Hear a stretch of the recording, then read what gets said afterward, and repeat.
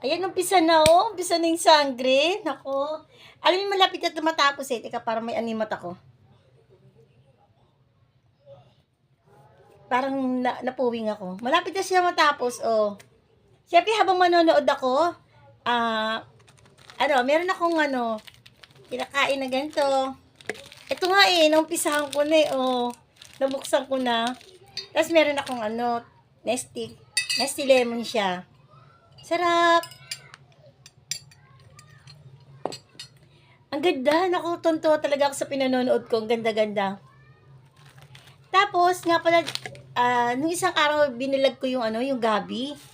Na, ihimayin ko siya. Tapos, patutuyin ko sa araw. Ito na, oh. Napatuyo ko na siya sa araw. Oh. Alam niyo, ang bango. Ang bango talaga. Hindi pa siya, hindi pa siya niluluto, Once na naaarawan siya, ang bango niya. Every naaaraw siya, every tumutuyo siya, ang bango-bango niya. Talaga, ang bango nito. Ang sarap siguro nito talaga. Sarap talaga pala. Ilang beses na ako makain nito eh. Ayan o. Pero hindi pa siya masyadong tuyong-tuyo.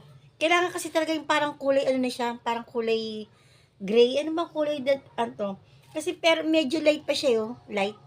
Kailangan ito yung parang sunog na sa araw. Yun.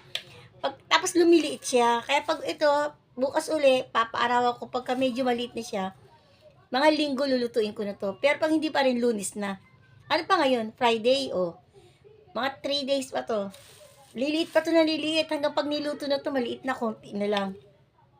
Kala nyo marami to. Pag niluto to, parang ganun na lang siya, kalahati na lang. Baboy ang ilalagay ko dito. Sarap to kasi sariling gawa. Tapos pinaarawan. Kaya talagang, alam nyo, parang parang natatandaan ko na-research ko, pero ewan ko lang ang mga pabango pala, mga perfume natin, ginagamit, ang sa pagkakaintindi ko pagkaalaman ko nakukuha po yun sa mga halaman, sa mga bulaklak. Yun ang ko kung hindi ako nagkakamali yung yung mga pabango na ginagamit natin, galing po yun sa mga halaman o sa bulaklak. Kasi itong bango yun. Hindi pa ito niluluto. Ang bango talaga. Subukan nyo po yung gabi. Magpitas kayo ng gabi.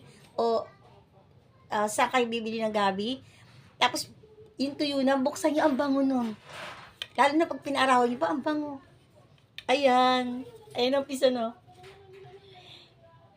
Tapos kakain ako nito. Kasi siyempre habang nanonood ako, kasi 8, mag-8 o 8 o'clock na. Gutom na ako. Pagkatapos ko nito, manood, may konti lang akong lalaban. Na ayoko kasi na yung natatambakan ng damit. Pag natatambakan ako, parang nahihirapan akong laban. Parang ayoko laban. Parang gusto ko na lang ipa-laundry. Yung magbabay na lang ako ng laundry. Parang ayoko talaga yung maraming nakikita labahan.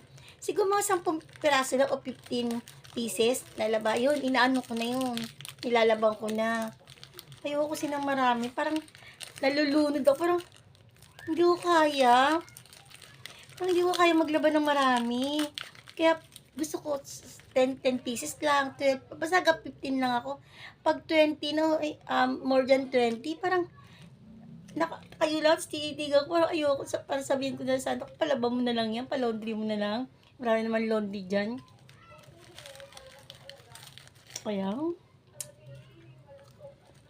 tapos eto, diba?